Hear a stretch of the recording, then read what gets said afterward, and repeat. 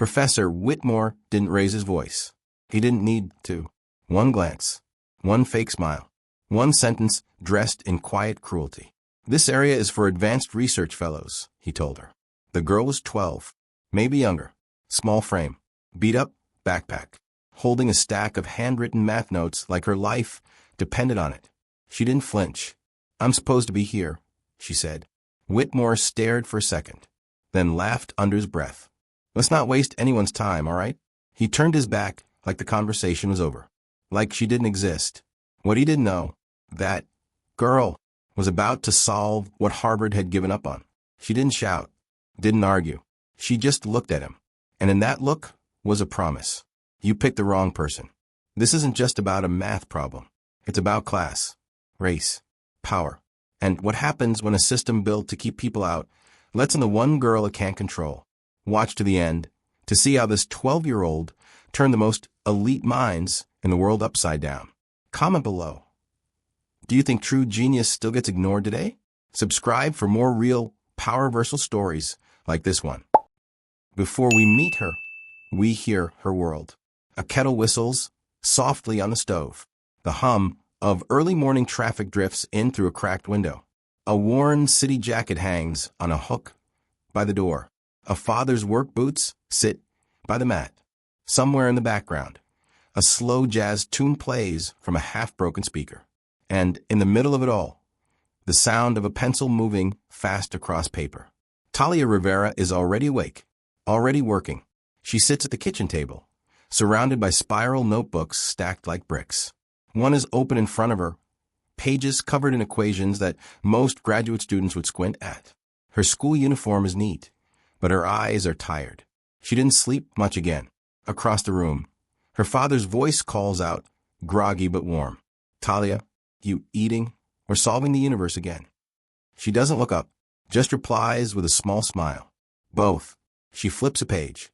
It's filled with graph sketches, matrices, side calculations in tiny handwriting. She's working on something that doesn't exist in her school curriculum. It's bigger than that. It's a problem she found online, buried in an academic journal titled Notes Toward the Hamilton-Watanabe Conjecture. She's 12 years old, and she thinks she can solve it. Her father, Luis Rivera, walks in wearing his Metropolitan Transit Authority uniform. His face is lined from years of night shifts and New York winters, but his expression softens when he sees her. He picks up a foil-wrapped sandwich from the counter and leaves a sticky note next to it. "You got this. Show no mercy today, Dad." Talia reads it without reacting, then tucks it into her backpack. Routine, structure, forward motion. Always. At school, she walks the hallways like a ghost. No one bumps into her. No one waves. The other kids, most of them louder, taller, more distracted, either ignore her or whisper when she passes. That girl's weird. She's in like 5 clubs and doesn't even talk. I heard she lives in a 1-bedroom. She hears it all, never responds. In math class, she raises her hand once. The teacher calls on someone else. She doesn't protest. Instead, she writes the full answer in her notebook, including the part the teacher got wrong. She does this often. It's not about proving them wrong. It's about keeping herself sharp and honest. After school, she doesn't go home right away. She goes to the library, not the one in the school, the public library 2 bus stops away. She knows the staff. They know her. She always brings her own materials. Printouts from math symposiums, papers from university archives. Books she found online and printed in sections because they were too expensive to buy. And always that one folded magazine clipping. A photo of Dr. Naomi Bell, Harvard professor, one of the few women of color in high-level theoretical mathematics. The article is years old. The corners are torn, but Talia reads it like scripture. One quote is underlined 3 times. "I don't solve problems to impress people. I solve them because they're honest when the world isn't." That line lives in her bones. Most days, Talia eats dinner alone. Her father works late. Sometimes she saves him half her sandwich for when he gets home. Sometimes he leaves her half of his for when she wakes up. That's how they communicate, through math and sandwiches. Ms. Daniels, her after-school math teacher, is the only adult at school who really sees her. She doesn't just glance at Talia's test scores. She reads the margins of her notebooks. She asks questions like, "What are you chasing?" instead of, "What do you want to be when you grow up?" One afternoon, Ms. Daniels leans over Talia's desk and sees her sketching out another matrix. Still chewing on Hamilton Watanabe? Talia nods, focused. "I think it's more geometric than they realized," she says, almost to herself. "Everyone's chasing a numeric path. But what if it's topological?" Ms. Daniels raises an eyebrow. "That's a hell of a leap." "It's not a leap. It's a realignment." There's no ego in her voice, just calm certainty. She's not showing off. She's stating fact. Ms. Daniels leans back and watches her for a long second. "Do you ever just stop being brilliant and, I don't know, play outside?" Talia shrugs. Numbers are more consistent than people. Silence, the kind that says too much. That night, Talia works until the power flickers. She's using a flashlight her father left on the table. The bulb is weak but enough. She sketches out a new approach to the problem, using a method no one in her program will even be taught for years. She's trying to build a bridge between two theories, one purely algebraic, one geometric. She doesn't know if it'll work, but she knows it's worth trying, and that's the difference. The next morning, a letter arrives, stamped with crimson and the Harvard crest. Thick, serious paper. Her father opens it with shaking hands. He reads the words twice, then calls her over. He doesn't speak, just hands her the letter. Talia reads silently. Her fingers don't shake, but her eyes blink faster. She's been accepted. A special program, a mathematics enrichment initiative run by Harvard, usually reserved for students from elite private schools. But this year, one applicant stood out. A girl from South Bronx, age 12, background, self-taught, independently researched advanced conjectures, demonstrates exceptional conceptual insight. They don't mention her clothes or her zip code, just her mind. She folds the letter carefully, puts it next to the Dr. Bell article, and she goes back to work, this time with a small smile, not because she thinks she's made it, but because now they've let her in the door, and she knows exactly what to do once she's inside. That's who she really is. She's not loud. She doesn't brag. She doesn't fight for attention, but she watches. She remembers. She prepares. And when the world finally looks her way, she's already 10 steps ahead. The first time Talia crosses paths with Professor Whitmore, it doesn't look like a moment that matters. It looks like a formality, a check-in, a mistake that should have lasted 2 minutes but doesn't. Harvard, even its outreach programs, doesn't do welcome. It does clearance protocols and gatekeeping with velvet gloves. The Math Summer Intensive program is held in a glass and stone research annex, just north of the main quad, in a building that looks like it costs more than her entire neighborhood. Talia shows up 10 minutes early. She's wearing her best.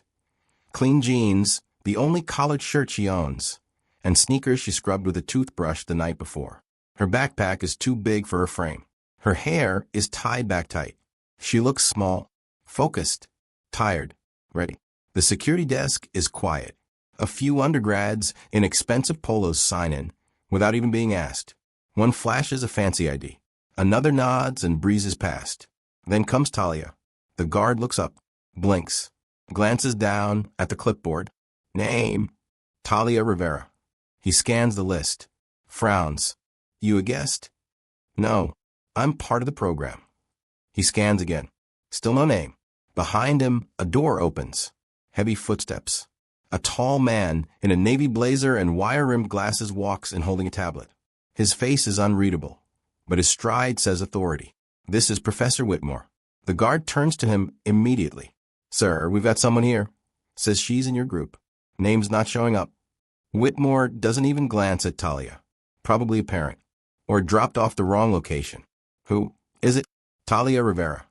That makes him pause slightly. He turns to look at her for the first time. What he sees is a skinny 12-year-old girl from the Bronx in sneakers and a too big backpack. And that's all he allows himself to see. He taps his tablet, scrolls, then raises an eyebrow. You're early, he says. She nods.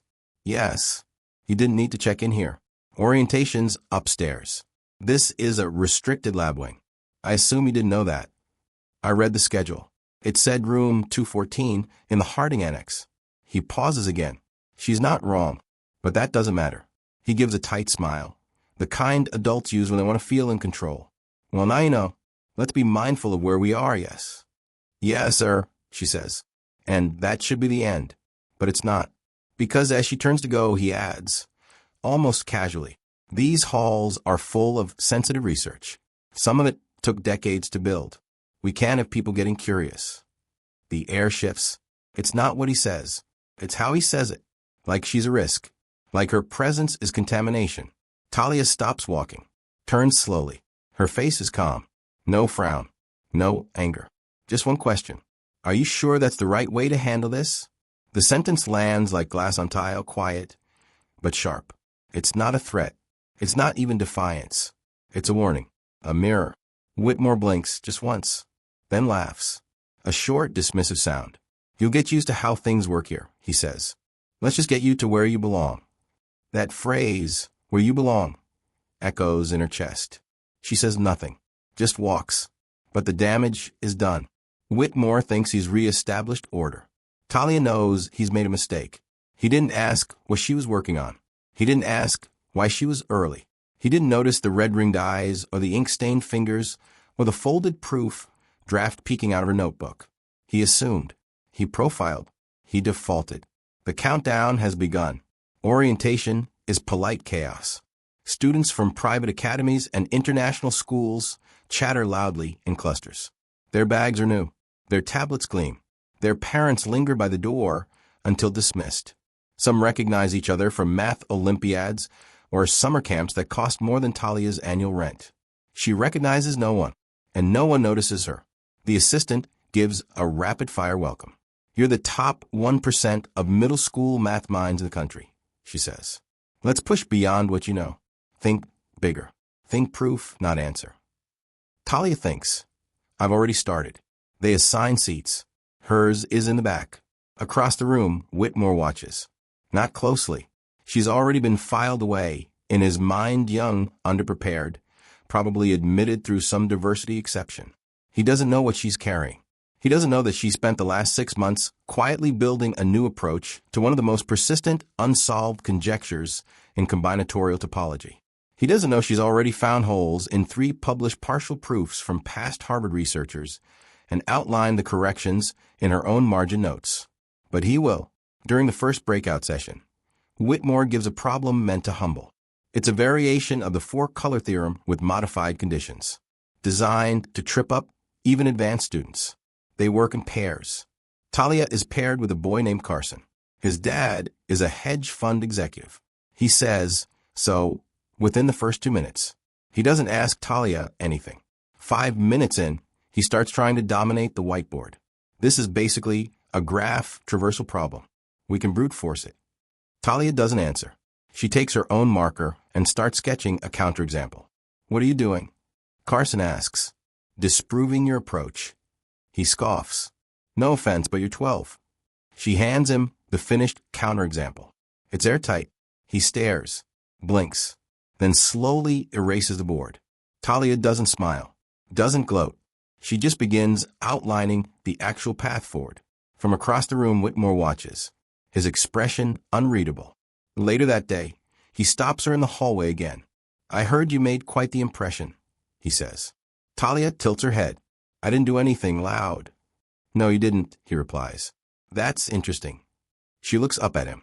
Her tone stays flat. Do you always test the kids who don't look like they belong? That's when it hits him just for a second, that maybe she's not who he thought she was. But pride is a heavy filter. He chuckles and says, let's just say I keep an eye on potential, wherever it shows up. Then he walks away. Talia watches him go and says quietly to herself, you're watching the wrong thing. That night in her dorm room, Talia unfolds the latest version of her draft. She's hit a wall on one section, a proof step that loops back on itself. She stares at it, then pulls out a printed excerpt from Dr. Bell's lecture notes archived online from a talk given 5 years ago. A single paragraph gives her an idea. She grabs her pencil, begins again, while the other kids are still trying to memorize tricks for speed competitions. Talia is rewriting a framework, and all the while, she remembers how Whitmore looked at her. Not just like she didn't belong, but like she couldn't matter. He's wrong, but he doesn't know it yet. She's not here to prove him wrong. She's here to solve what he believes can't be solved. And she's almost there. That was the first encounter. Not explosive, not dramatic, but it was enough. Enough to show how power acts when it assumes it's untouchable. And enough for Talia to mark the moment. The moment the clock started ticking. It wasn't just about the words anymore. It never is not when power gets nervous. What started as subtle dismissals, veiled warnings, and cold hallway glances began to turn sharper. Professor Whitmore stopped addressing Talia in class. He no longer acknowledged her hand when it went up, even during moments when she was the only one who had a solution. Instead, he started redirecting questions to other students, especially the ones who'd barely understood the problem.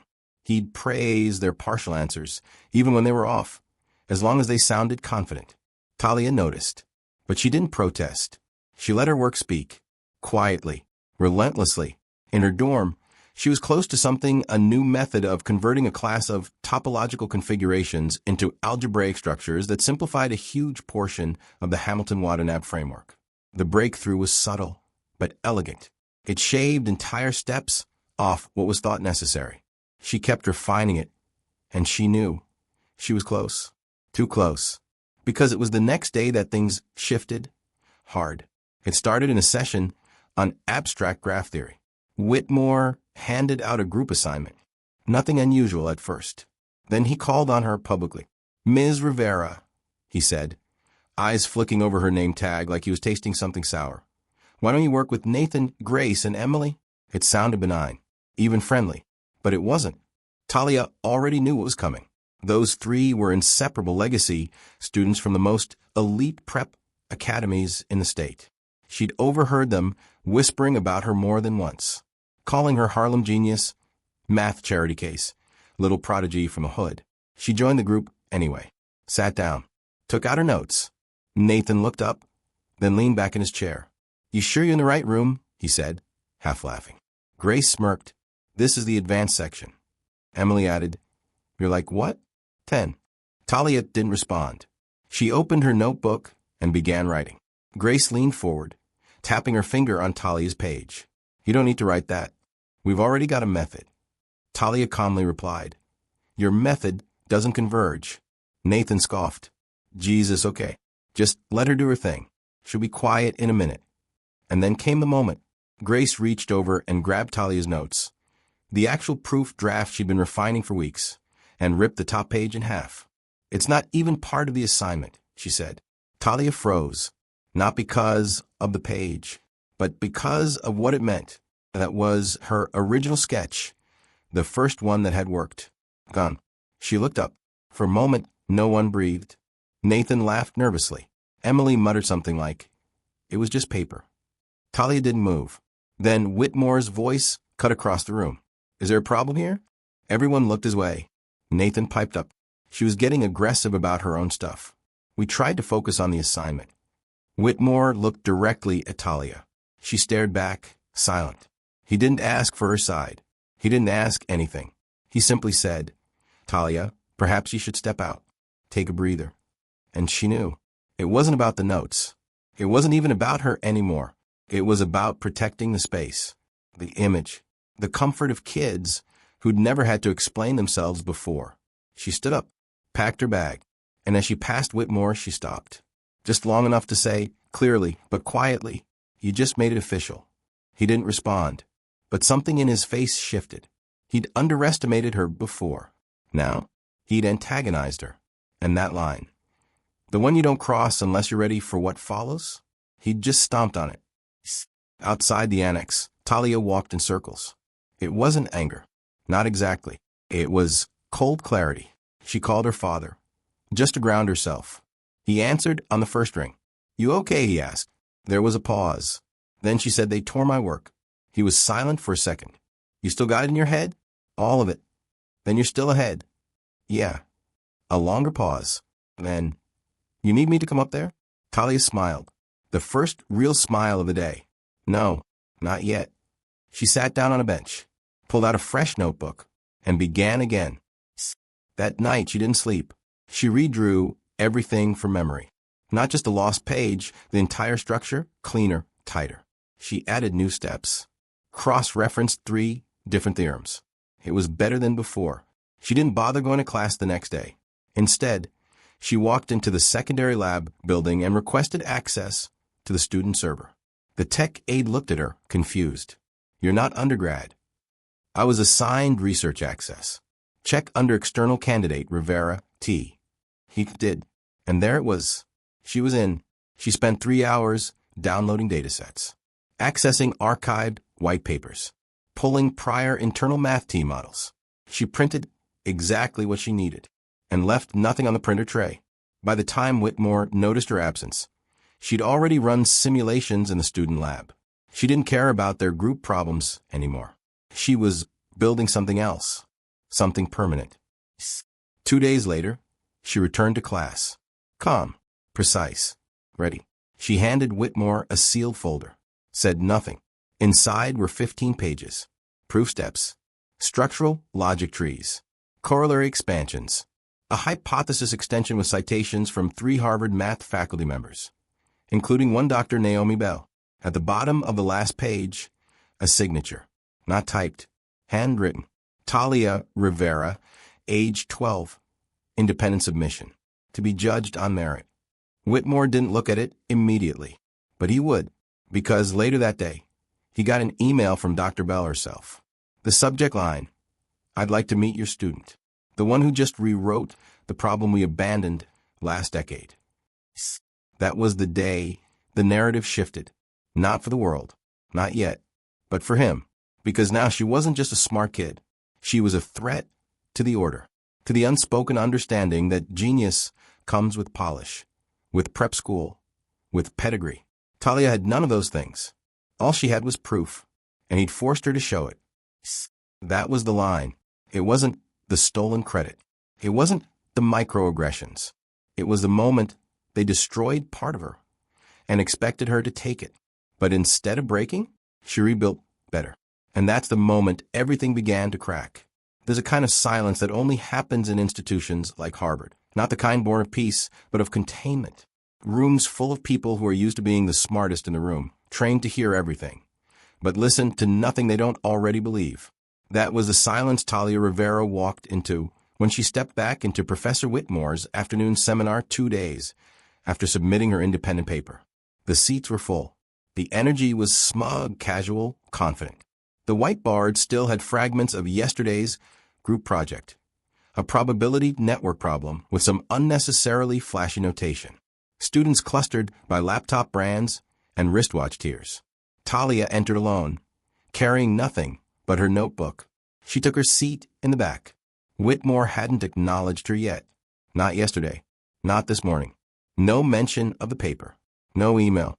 No feedback. He wanted to pretend it didn't happen. He wanted the silence to swallow it. He began lecturing as if the week had been uneventful. Let's review the modified constraints of the Elman-Reeves algorithm. And then we'll deconstruct why the current model fails under high-dimensional transformation. Dry, sharp, controlled. He paused dramatically before delivering a flawed setup designed to stump the room. Most students hesitated. A few tried buzzword-laden responses. Whitmore smiled tightly, satisfied. Then from the back of the room, "That only fails if you ignore the secondary manifold pivot." The room turned. Whitmore turned slower. Talia didn't raise her hand. She didn't wait for permission. She didn't speak loudly, just clearly. "You are assuming uniform curvature when there's measurable variance beyond the 4th index." Whitmore narrowed his eyes. "I'm sorry, would you like to explain that to the class?" Talia nodded once. She stood, calm, unshaken, walked to the whiteboard, picked up a marker, the same board where she'd once been ignored, talked over, shut down. Now she wrote, clean lines, tight symbols, a short correction, then an expanded derivation. She walked through it step by step, pausing only when needed. Her logic was not only sound, it was elegant. Brutally so. It didn't just patch the problem. It dismantled the assumption behind it and rebuilt it from the core. When she finished, she capped the marker, turned, and faced the room.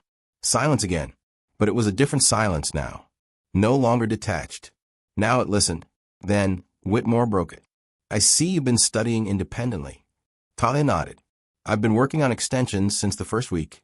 I just didn't see the point in saying anything until I had something worth showing. And now you believe you do? She didn't blink. I know I do. Whitmore walked toward her, slow, measured steps. He took the marker from her hand, faced the board, scanned her work. He was looking for a mistake, a crack, something he could use to discredit the moment. He didn't find it, so he turned back and chose something else. Authority. This isn't the structure we teach in this program. She cut in. It's a structure used in Bell's 2014 proof sketch. Page 6, right margin. It was marked incomplete, but she later confirmed the direction privately in her lecture at the Sao Paulo conference. Whitmore froze, only for a second, but a full second too long. Several students turned to each other. One of them whispered, "Wait, how would she know that?" Talia didn't wait for the question. "I've watched all of Dr. Bell's public lectures. I've also read her unpublished notes from the Berkner archive. She published a corrected addendum in a private paper this spring. It hasn't been indexed yet, but it matches this structure." The class was staring now. Whitmore forced a smile. "Well, we should all aspire to be that thorough." It was condescending, but weaker than before. Less edge, more defense. Then a voice from the front. Emily, the same girl who'd once ripped Talia's notes, raised a hand. "Where did you say she published the addendum?" Talia turned toward her. Didn't flinch. She didn't. "I said it wasn't indexed. It was referenced in a response memo to a Harvard internal review, which I accessed last week." Whitmore's face paled slightly. "That's not available to students." "It is," Talia said, "if you're tagged under research exceptions. You requested that status for me after orientation. I kept the access." There was no gloating in her tone, just facts, delivered clean and cold. Whitmore stared at her, the pieces clicking together. Too late. He had opened a door, assuming she wouldn't know what to do with it. She hadn't just walked through. She mapped the whole building. Then something shifted. From the side door, someone entered the room. It was Dr. Naomi Bell. No announcement. No fanfare. She wore a gray blazer and a simple chain with a silver ring. Her presence did not ask for permission. She stood quietly at the back of the class for a moment, then spoke. "I'd like to borrow Ms. Rivera for a few minutes." Whitmore blinked, startled. We're in the middle of..." Dr. Bell raised one eyebrow. "I wasn't asking." Talia looked at Whitmore, then at the board, then followed Dr. Bell out of the room. Nobody spoke until the door closed behind them. The moment echoed like a dropped bell. In the hallway, Dr. Bell walked slowly. "You handled that well. Thank you." "That was your original work?" "Yes. No help. Just references. Everything else was mine." Bell nodded. "I've seen a lot of people try to climb this mountain, Talia. Most make noise. You didn't. You moved quietly." "Why?" Talia thought for a moment. "Because noise fades." Bell smiled at that, then handed her a folder. Inside were notes, real ones, from Dr. Bell's personal research. Not summaries, not speeches. The raw thinking, full of unfinished structures and bold strokes. "I want you to look at these," Bell said. "And I want you to keep going. But more importantly, I want you to know you're not alone anymore." Talia nodded. "I know." Bell paused. "You said something in there that caught his attention. The internal review. How did you know about that?" Talia answered without hesitation. "I read the protocol when I got server access. Most people never check the metadata." Bell laughed low and full. "You read the metadata logs?" "Every night." Bell looked at her for a long time. "You're not here to learn," she finally said. "You're here to prove something." Talia looked her in the eye. "I'm here to change something." That was the moment it all shifted. Not because Talia raised her voice. Not because she tried to fight the system head-on. But because she spoke a single line with precision that revealed what only an insider would know. A code. A connection. A language not meant for her, but mastered by her. And when she said it, everything paused. Because now the question wasn't, is she smart? It was, wait, who is she? The shift wasn't loud. It didn't come with fanfare or headlines. It came with a single line of code, an unassuming email, a lab record pulled from a forgotten archive, and the girl who knew exactly where to look. After her meeting with Dr. Naomi Bell, Talia didn't return to class that day. She walked past the courtyard of students sipping iced lattes and debating syntactic logic. She passed the statue in the quad that everyone photographs, but no one understands. She moved without hesitation, with a notebook under one arm and her access badge now clipped to her collar. She walked into the mathematics research library, alone, and headed straight to the terminal that was supposed to be used only by doctoral candidates and faculty fellows. The screen lit up. Her credentials, approved 3 days ago under special access exception, worked instantly. No one expected her to know how to navigate the back-end database. But she did. She wasn't here to browse. She was here to drop proof. First, she pulled the draft submission she had turned into Whitmore, the 15-page solution sketch with references to Bell's unpublished framework. Then she uploaded the refined version she had written after their meeting, now 32 pages, with expanded theorems, annotated commentary, and a section titled Post-Indexability Through Multi-Loop Suppression. It sounded impossible. It wasn't, and she backed it all up. Sources, dates, internal memos Whitmore had buried, conference transcripts, protocol, metadata, not for exposure, for precision. Then she cross-linked it to her research ID, attached her notes, and requested peer review. That request didn't go to Whitmore. It went to the program's director, the one person above him. It also triggered an internal alert for collaborative faculty, including Dr. Bell. Within 90 minutes, the system flagged the submission as significant anomaly, above expected threshold, which meant one thing: someone noticed. The next morning, Talia arrived for class. People looked at her differently now, not with praise, with uncertainty, the kind that creeps into a room when someone does what they weren't supposed to even try.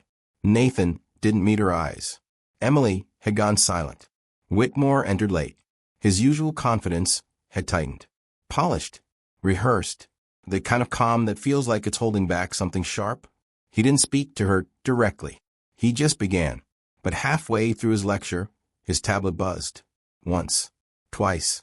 He looked at it, froze for just a second, then turned back to the board, scribbled half a sentence, and stopped. "Talia," he said, without looking. "Yes." "Come with me." No explanation, no warning. The class watched her stand and leave, notebook in hand. They didn't know it yet, but this was the moment the axis tipped. He led her to his office, shut the door, and locked it. "Do you know what you've done?" he asked. "Yes," she said simply. "You went around me. You stopped responding. I'm your supervisor. You're not my barrier." That hit. He leaned back. "You're 12. You're not qualified to release a claim of this magnitude." "I didn't release it. I submitted it for review with documented sourcing, following the university protocol, the one you approved for me." He stood up. "You don't understand what this does." "No," she replied. "You don't." He narrowed his eyes. "This will raise questions." Talia tilted her head. "Good." Then she pulled out a flash drive, placed it on his desk. He looked at it, didn't touch it. "What is that?" "Backups of everything. The original notes, your annotations on my first submission, the access logs, your rejection of my research folder, and the server metadata that proves you deleted my draft from the collaborative workspace 2 days before I submitted the corrected version." He paled. "You're bluffing." "I'm precise." He looked like he wanted to say more, but stopped. She leaned forward slightly. "I didn't come here for trouble," she said, "but I brought the truth." An hour later it began. Small things first. A notification to the faculty board. Independent work under review. Requesting confirmation of advisor engagement. A system ping. Internal document conflict between submissions dated 3 days apart. Then the real one. A call from the program director to Whitmore, asking for clarification, asking why a student listed under his mentorship had produced a proof model that had not been flagged through normal channels, and why he had not responded to peer escalation protocols. He answered vaguely, too vaguely. The director wasn't convinced. Meanwhile, another thread started unraveling. A doctoral candidate in the adjacent department, someone who often worked late in the shared lab, posted anonymously on a grad forum. "Anyone else see that 12-year-old kid pulling Bell's theorem into a stable combinatorial map?" It went viral. Not public viral, academic viral. The kind that travels through department emails and Slack threads with subject lines like, "Can someone verify this?" And "Is this real?" And then came the domino. A tenured professor in the applied mathematics department opened Talia's submission, read 6 pages, and sent one line to Dr. Bell. "I think she did it." Talia wasn't watching it unfold. She was in her dorm, curled up with headphones on, listening to Chopin and running numbers. She only paused when she got the notification. "Your submission has entered formal peer review." Below it, another line. "You've been invited to present at the program colloquium this Friday." She stared at the screen, then whispered, "It's happening." Her hands trembled slightly, not with fear, with calibration. She wasn't shaking. She was aligning. That night, her father called. "Got your email?" he said. Didn't understand half of it, but it sounded big. She laughed softly. "It's big." He was quiet for a beat. "You okay?" "Yeah." "You need me to come up for this thing on Friday?" "Not yet." He chuckled. "That's my girl." And then softer. "You're not just smart, Talia. I don't even have a word for it." She smiled. "You don't have to. Just be there when it's done. Always." Friday arrived. The room was packed, not just with students, with faculty, visiting researchers, graduate fellows, and in the back, unnoticed by most, sat Dr. Bell, watching. Talia stood at the front with nothing but a marker and her mind. No slideshow, no laptop, just a whiteboard. She spoke with clarity, not volume. She outlined her method, defined her assumptions, dismantled the barrier, built the bridge, cited sources, acknowledged gaps, and then dropped the final step. It wasn't flashy. It was devastating. Because it worked. Not theoretically. Not maybe. Logically. Structurally. Elegantly. When she finished, the room was silent. Then someone said what no one else could. She solved it. Whitmore was there, at the back, frozen, watching the system he curated unravel, not with anger or protest, but with truth, with work he tried to bury, with a mind he tried to belittle. She didn't look at him. She didn't have to. Her presence was the answer. That was the evidence drop, not in a speech, not in a fight, but in a stack of clean logic and brutal elegance. A 12-year-old girl from the Bronx brought down the wall, not by kicking it, but by showing it was built on sand. There are few things more dangerous than a system embarrassed in public. Talia Rivera had done what no one expected. Not just solved the problem, not just stood her ground. She'd made the institution look foolish. And worse, she'd done it calmly, without permission, without apology. That kind of challenge doesn't get ignored. It gets punished. And the punishment doesn't arrive with a bang. It begins with whispers. The morning after her colloquium presentation, Talia received a message in her inbox. No greeting. No sender name. Just a subject line. "Let's be careful how we represent things." She read it twice, then deleted it. Later that day, her badge access was briefly disabled. An error, they said. She was told to wait in the lobby while it was resolved. 45 minutes in full view of students passing by. No one spoke to her. No one helped. She sat with her hands folded, a quiet target. By evening, the first article appeared, not on a major news site, but on a niche education blog with ties to elite prep schools. The headline was surgical. Harvard outreach program under scrutiny after plagiarism concerns raised in student submission.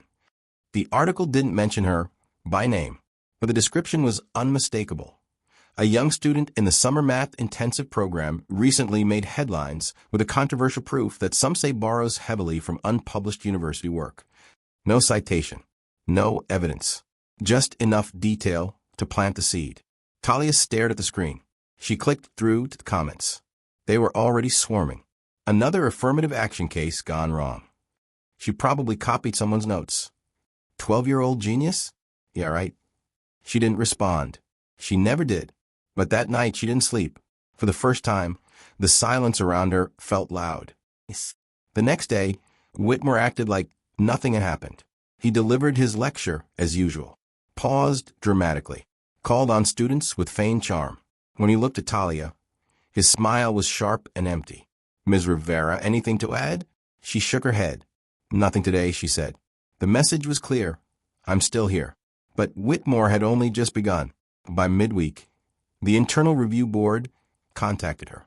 They were revisiting her submission, citing concerns about attribution. She was instructed to submit a detailed log of her research sources, including dates of access and any external influence. It was framed as protocol.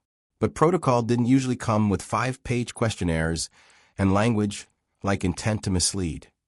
She complied. Of course she did. Her father watched as she spent 2 hours printing documentation, gathering timestamps, preparing a statement that laid out every reference, every archive entry, every digital trail. This isn't school anymore, he said softly. This is war. She didn't disagree. She just said, I'm not backing down. The smear expanded. A video clip from the colloquium was leaked, edited to remove her citations, her references, even parts of her method. What remained was a fragment that made her sound rehearsed, robotic. It went viral on the same blog, and others picked it up. One anonymous Twitter account claimed she had handlers. Another posted, "This kid is a face for something. You think a 12-year-old from the Bronx did this alone?" Even some faculty stayed silent. Talia walked into the cafeteria and felt the looks. Some were curious. Some were cold. A few were afraid that what she'd done was real, and that it meant they weren't special anymore. Dr. Bell remained her one anchor. They met in her office twice that week. "I've seen this before," Bell said. "When you threaten their narrative, they have 2 options: expand or attack. Guess which one they always choose first." Talia nodded. "They want me to disappear." Bell shook her head. "No, they want you to doubt yourself. They want you to fold. They want you to agree that you don't belong, so they never have to say it out loud." Talia didn't fold, but she did crack. One night, she left the lab early, walked through the quiet campus under soft yellow lamps. She passed students in groups, laughing, sharing food, huddled over laptop screens. She passed by a study hall and saw Nathan and Grace and Emily, the same trio that had once mocked her, now sitting in silence, eyes glued to a printout of her proof. Reading it, studying it, she stood there for a second, unnoticed, then walked away, back to her dorm, and finally cried, not because of the doubt, but because of the loneliness. Because for all her intellect, all her precision, all her restraint, she was still a kid, fighting a system that didn't think she was real until it needed someone to blame. 2 days later, she was summoned, not by Whitmore, by the Academic Ethics Committee, not for a conversation, for a hearing. No parents, no lawyers, just her and a panel of 5. She walked in wearing the same button-up shirt she'd worn on the first day, cleaned and pressed. Her hair was pulled back. No makeup, no presentation, just truth. They asked questions, some fair, some loaded. They referenced similarities between her proof and prior internal notes from the department. She calmly pointed out that those notes were part of a 2018 paper published by Drive Bell herself, which she had cited 3 times. They referenced the leaked video. She responded with the original footage, emailed directly by Dr. Bell, showing the full presentation with all attributions included. They asked why she had accessed faculty-only archives. She presented a printed copy of Whitmore's approval request with timestamp, granting her elevated access. Then she said one line that ended the entire inquisition. "I didn't come here to defend my existence. I came here to solve problem, and I did." Silence. No one replied. They dismissed her with a polite nod. She walked out alone, straight-backed, untouched, unbent. That night, Whitmore held a meeting with select faculty, behind closed doors. He pushed a narrative, academic integrity, loss of oversight, unusual circumstances. But the room wasn't with him anymore. One of the senior professors spoke up. "I read the proof. If it holds under external review, we'll have to acknowledge it. Period." Another said, "If we try to bury this, it'll be us on the line, not her." Whitmore sat in silence. The room had shifted. He'd overplay it. And the girl he tried to silence? She was still standing. By the end of the week, the university announced a formal review, not of Talia, of the program, of Whitmore, of the system that let a 12-year-old be targeted for outperforming adults. Talia received an official letter from the dean's office. We acknowledge your work. We acknowledge the challenges you faced. We will ensure this never happens again.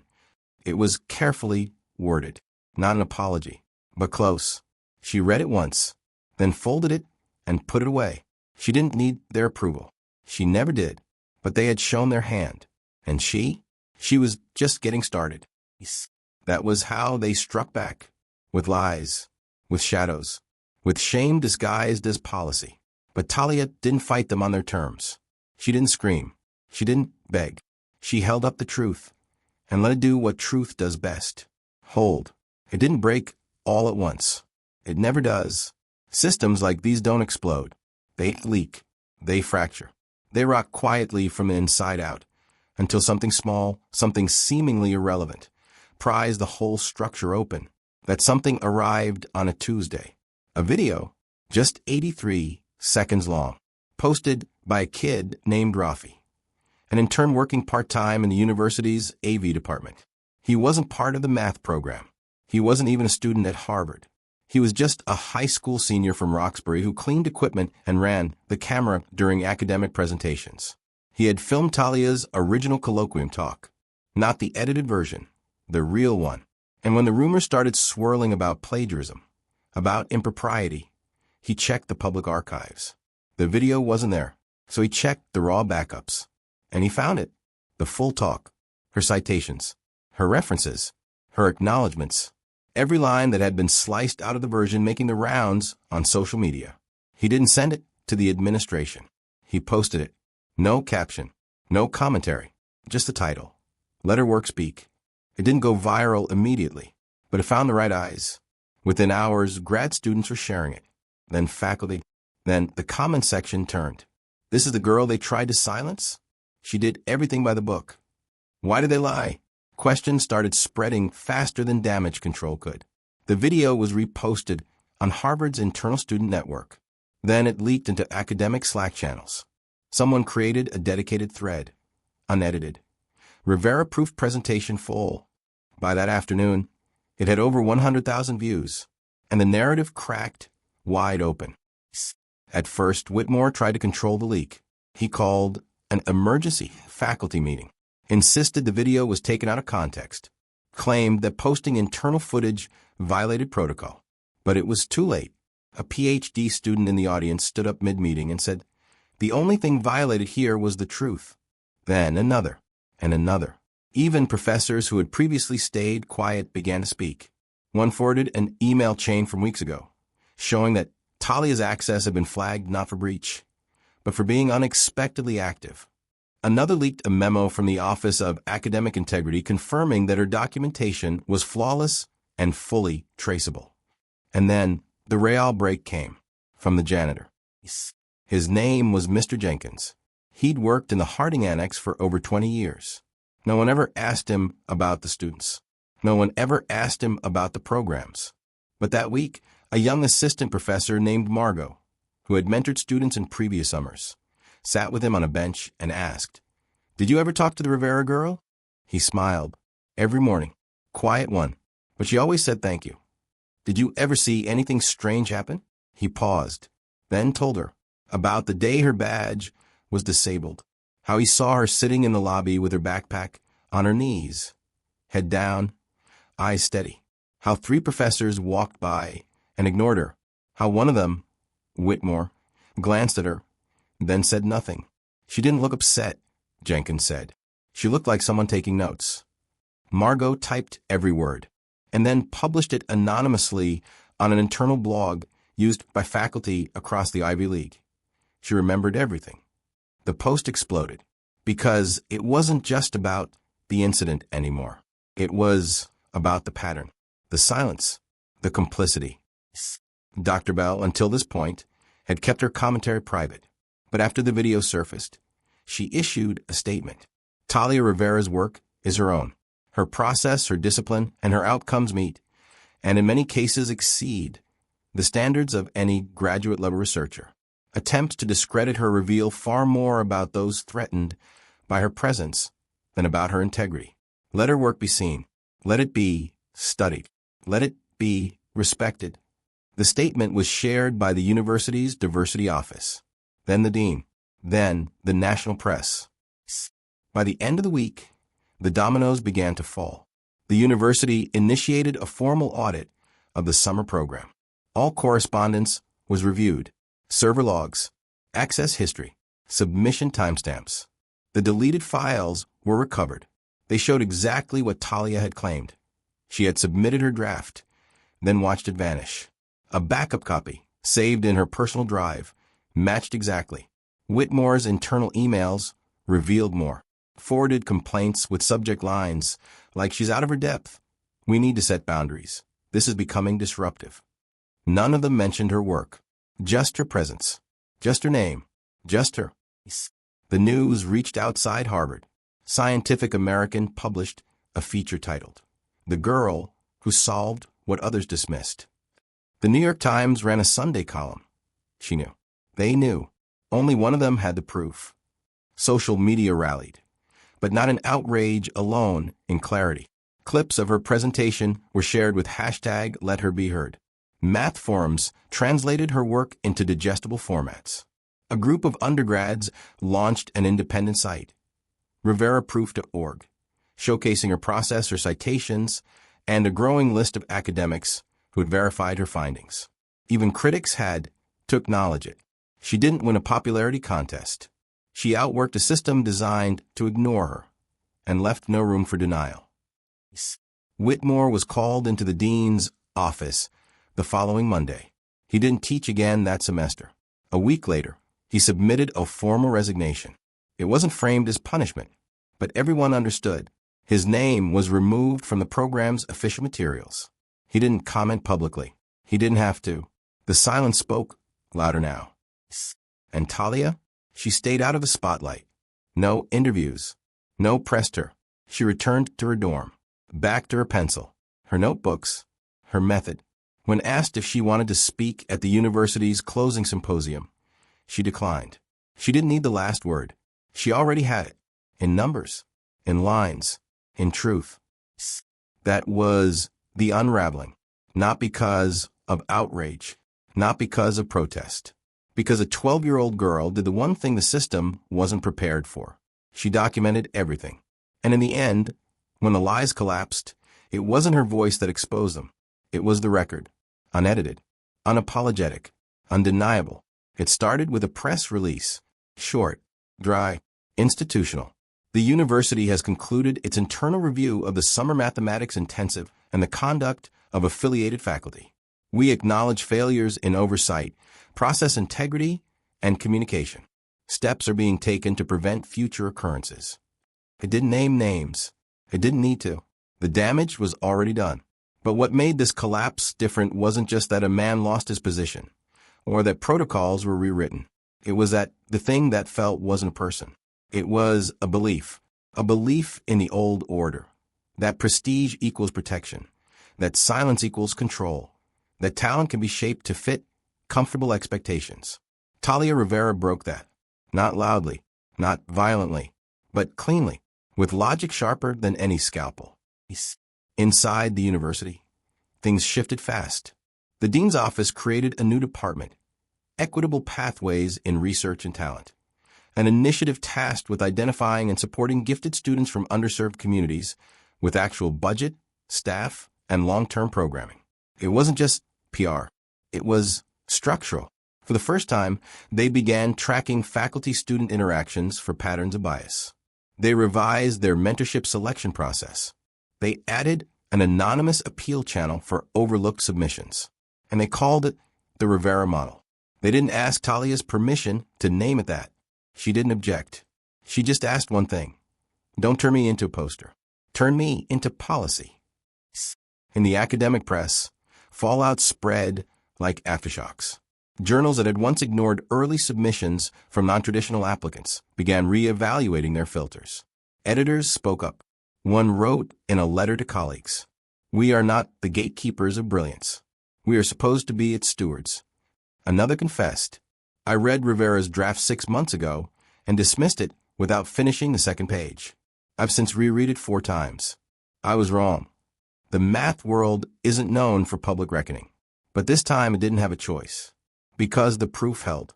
Independent reviews verified it. Repeatedly. And then it started getting built upon. A graduate student at Caltech posted a paper extending one of Talia's lemmas into a new algorithm for data compression. A team at MIT announced a seminar focused entirely on the Rivera framework and its implications for topological graph models. She had cracked open something no one had dared to touch in years. Not because it couldn't be done, but because too many assumed it couldn't be done by someone like her.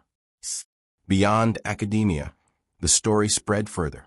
A segment aired on PBS. The equation they didn't want solved. The framing was simple: a quiet, precise girl who changed the rules without breaking a single one. Middle school teachers across the country played the video in classrooms. Math clubs named sessions after her methods. In an East Oakland charter school, a 13-year-old girl named Nia started keeping a journal titled Proofs and Power. On the first page, she wrote, "Be like Talia, work until they can't lie about it." A movement started forming. Not organized, not branded, just real. Proof, not polish. Truth, not titles. Talent, not ties. Harvard wasn't the same. It couldn't be. The summer program was suspended for the year, then rebuilt from scratch. New staff, new oversight, new philosophy. The admissions board quietly released statistics, showing the overwhelming skew towards students from elite schools over the past decade. Then they released a new call for applicants. Genius has no address. Applications tripled. They came from everywhere: rural towns, inner cities, reservations, overseas refugee camps. Kids with paper portfolios, homemade code, scanned notebooks written in pencil and passion. And in every application cycle, one name kept showing up: Rivera, not as a requirement, as a reference point. Meanwhile, Whitmore? Gone. Resigned. No formal announcement beyond a line in the HR archive. Rumors circulated. He moved to a private consulting firm. His lectures disappeared from the university server. His past students, the ones who had once quoted him like scripture, stopped mentioning him. Legacy dissolved faster than anyone expected. Not because of scandal, because of proof. Because he had stood in the way of something undeniable and lost. Talia didn't celebrate. She didn't post a victory thread. She didn't tweet, "I told you so." She just kept working. She asked Dr. Bell for more papers to read. She sent thank you emails to the few who had stood by her. She started learning coding languages to run faster simulations of her own models. She didn't apply for early college admission. She stayed in the Bronx, kept going to her neighborhood school.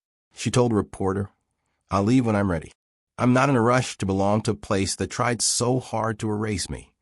And they printed it, unedited. But the collapse didn't stop with her. More stories came forward. A girl in a physics program shared her account of being told to slow down so the boys could catch up. A boy from a rural district revealed how his submission was discarded because he didn't format it professionally. An autistic student sent an open letter. "Thank you, Talia. You gave me the language to fight back with work. Not just words." It was like floodgates had opened. And behind them was a truth no one could unsee. The system hadn't failed once. It had been failing for years. They tried to erase her. With silence. With doubt. With process. They tried to corner her, discredit her, minimize her. But she wasn't built for permission. She was built for precision. And when the structure came crashing down, she didn't stand on the rubble. She walked past it and kept going. Collapse isn't fire and fury. It's what happens when the truth stays standing longer than the lie. The institution had fallen quiet. Not in the way it used to be, smug, controlled, orderly. This silence was different. It was the hush of a place trying to reckon with its own reflection. It had been weeks since the final report was released. Weeks since Whitmore disappeared into anonymity. Since the university's outreach program was dismantled, rebuilt, renamed. And yet, in the empty spaces left behind, the offices, the lecture halls, the shared labs, something else lingered: guilt. But not the loud, performative kind. The private, whispering kind. The kind that sits in the back of people's minds like static, like a voice repeating what they should have said. One of those voices belonged to Grace. She'd been quiet since the collapse. Once proud, once dismissive, once so sure of her place in the academic food chain. Now she moved through campus like a shadow. She had deleted her social media, stopped attending group lectures, even stepped down from her student publication role. But avoidance was temporary, because the memory wouldn't go away. The look on Talia's face the day she tore her notes. How calm she had been. How accurate. How she never once fought back. Just wrote better, thought deeper, and left no room for deniability. Grace couldn't unsee that, and she couldn't unsee what came after. Not just the collapse of Whitmore, but the unraveling of her own certainty. She had coasted for years on polished test scores, college counseling, and structured privilege. And then came Talia, 12 years old, alone, armed only with a pencil and an idea. And she'd watched her, mocked her, until the whole room turned, until the world turned. Then there was Nathan. He didn't cry about what happened. He rationalized it. That's what he was good at, rationalizing. His dad was a lawyer. His mom ran a hedge fund. He had grown up learning how to spin anything into an advantage. But even he couldn't spin this. The footage was real. The emails were real. Talia's proof was real. And worse, she never even looked back at him, even after everything. She didn't care if he apologized. She didn't need his recognition. She didn't need anyone's. And that haunted him more than guilt ever could, because he realized slowly, painfully, that all the years he had spent trying to be impressive to earn approval to climb faster had taught him how to copy brilliance, not create it. Talia didn't perform for anyone. She built, and she remembered. That was the scariest part. There were others. A clerk in the administrative office who'd flagged her badge access that day, but said nothing. A teaching assistant who'd seen her whiteboard calculations and chosen not to speak up because it wasn't her place. Even the guard who stopped her at the Harding Annex the very first time. They all remembered, and now they began speaking, not to her, not publicly, but to each other. Small conversations, quiet acknowledgments. She was right. I didn't say anything. I didn't believe she'd last a week. No hashtags, no redemption arcs, just truth coming out late, like smoke from a fire long burned out. But then came someone else, not a peer, not a professor, a neighbor.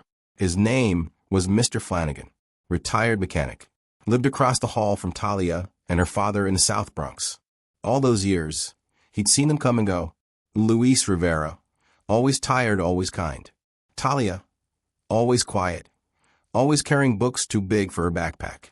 He had never spoken more than 5 words to her, but he'd seen the lights in their apartment always on at 2 a.m., the days when she'd wait outside for the bus, even in snow, always reading. When the news broke, he recognized the name, and he'd watched it all unfold from his kitchen, coffee in hand. At first, he figured it wasn't his business. Then one morning, he walked across the hallway and knocked. Luis answered the door. "Hey," Flanagan said, rubbing the back of his neck. "I just wanted to say, I saw, and I should have said something a long time ago." Luis raised an eyebrow. About what? About her. About how she never stopped working. About how no one helped. "I saw it. I just figured, it's not my place." Luis smiled, tired but genuine. "We didn't need people to speak for her," he said. Then after a pause, "But it's good to hear it now." Flanagan nodded. "She's still working?" Luis nodded. Same time, same chair, same pencil. Flanagan laughed softly. "Damn." And yes, Talia was still working. Not for headlines. Not for revenge. She didn't want closure. She didn't believe in it. She believed in problems and solving them. But one day, as she walked through a small local bookstore in the city, browsing the math section, she heard someone behind her. A soft voice. "I thought you were just some kid." She turned. It was Grace. No makeup. No pretense. Just a girl holding a book she probably didn't plan to buy. Talia didn't say anything. Grace took a breath. "I don't expect you to forgive me. I don't even expect you to talk to me. I just wanted to say you were never the problem." Talia looked at her, then said quietly, without bitterness, "I know," and that was it. No dramatic music. No handshake. No cinematic reconciliation. Just a moment of recognition, of 2 people on opposite sides of a lie, finally seeing the same truth. reckoning isn't about punishment. It's not about watching villains fall. It's about watching bystanders realize they were part of the architecture and knowing they can't unbuild it, but they can stop reinforcing it. Talia walked out of the bookstore that day with a second-hand copy of Topology and the Imagination. She started reading it on the train home. Halfway through the first chapter, she underlined a sentence that made her pause. We do not solve problems to prove we exist. We solve them because they already know we do. She stared at it, then smiled, because that's what they never understood. She never needed validation. She never needed redemption. She was never broken. She was ready. And now, so was the world. She walks the halls slowly. It's early morning. No crowds. No foot traffic. Just the long, quiet corridor of the Harding Annex. Polished floors, reflecting soft yellow light. Everything is where it used to be. The wall-mounted sign for room 214. The oversized portraits of past apartment chairs. The security camera that never quite worked. Talia Rivera, now 13, steps past them without a glance. She isn't here to be seen. She's here to finish something. Under one arm, she carries a file, worn, bent at the corners. Inside, the original handwritten version of her proof. The one Grace tore. The one she rewrote. The one that started everything. In her other hand, a key card. It still works. She stops outside the door to a small room, an unused faculty office repurposed during the chaos of the investigation. She taps the key card. The lock clicks open. The door creaks softly. She steps inside. It's empty now. No nameplate. No folders. No furniture except a plain desk and a wall-mounted whiteboard with faint ghost marks from equations long erased. This was Whitmore's former office. They never reassigned it. Maybe out of discomfort. Maybe out of guilt. Maybe because it always felt a little colder than the rest of the building. She walks in without hesitation, places the file on the desk, stares at the board for a few seconds, then walks over and, with one clean motion, writes something in marker. A single line of her proof. The pivot, the one that no one saw coming. She caps the pen, looks at it, leaves it there, then turns, walks to the desk, and opens a drawer. Inside, she finds what she came for, a stamped envelope. Her name written in careful cursive. She opens it. It's a note from Dr. Bell. When you're done walking through this place, when it no longer owns your memory, leave something behind. Not for them, for you. This place didn't make you. You survived it. Talia folds the note, places it back, closes the drawer. She doesn't need the envelope. She already knows what it said. Outside, campus is starting to wake up. A couple of undergrads jog past, earbuds in. A janitor opens the main doors to a different building across the quad. Somewhere, a bell chimes distant soft. Talia steps outside. She stands there for a moment, breathing in the chill. Then she takes out her phone, opens her task list app, and deletes the final item. Return to room 214. Task completed. No celebration. No victory dance. Just a quiet tick in the corner. She turns off the screen and slides it into her pocket, then starts walking. Same path as the first day she arrived, from the edge of campus to the old T station. This time, no one stares at her. No one tries to stop her. No one asks who she is, and that's fine. She doesn't need to be recognized anymore. She's already written herself into the system, whether it admits it or not.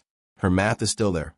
Her name in quiet footnotes and citations is starting to travel farther than the rumor ever did.